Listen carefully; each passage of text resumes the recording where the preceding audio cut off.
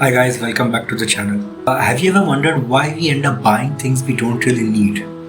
From impulse purchases to retail therapy, the psychology behind spending is quite fascinating.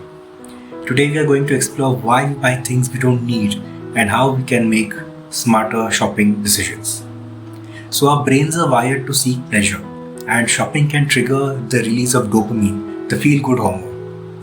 This chemical rush makes us feel happy and satisfied, leading to impulse buying. Retailers know this all too well and design shopping experiences to maximize this effect.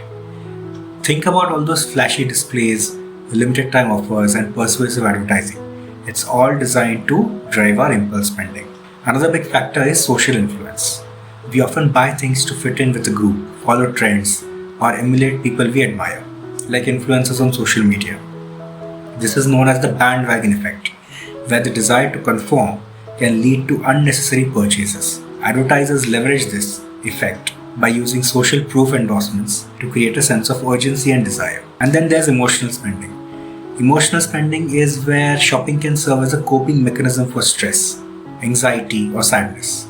While it could provide some temporary respite, it can lead to regret and financial strain later on. Another really powerful trigger is the scarcity effect. When we think of an item that is scarce or available only for a little time, our desire to own it skyrockets. That leads to impulse buying and unplanned purchases. Retailers sell limited edition products and flash sales to create this sense of urgency, which pushes us to buy something right now rather than have time to think about it whether we really need the item or not. Lastly, let's talk about cognitive dissonance. This happens when we hold two or more contradictory beliefs or attitudes at the same time, causing mental discomfort. For example, if you value saving money but end up making impulsive, unnecessary purchases, to ease the discomfort, you might justify the purchase by convincing yourself that the product is necessary or beneficial to you in some way. Understanding the psychology behind our spending habits will lead to smarter financial decisions.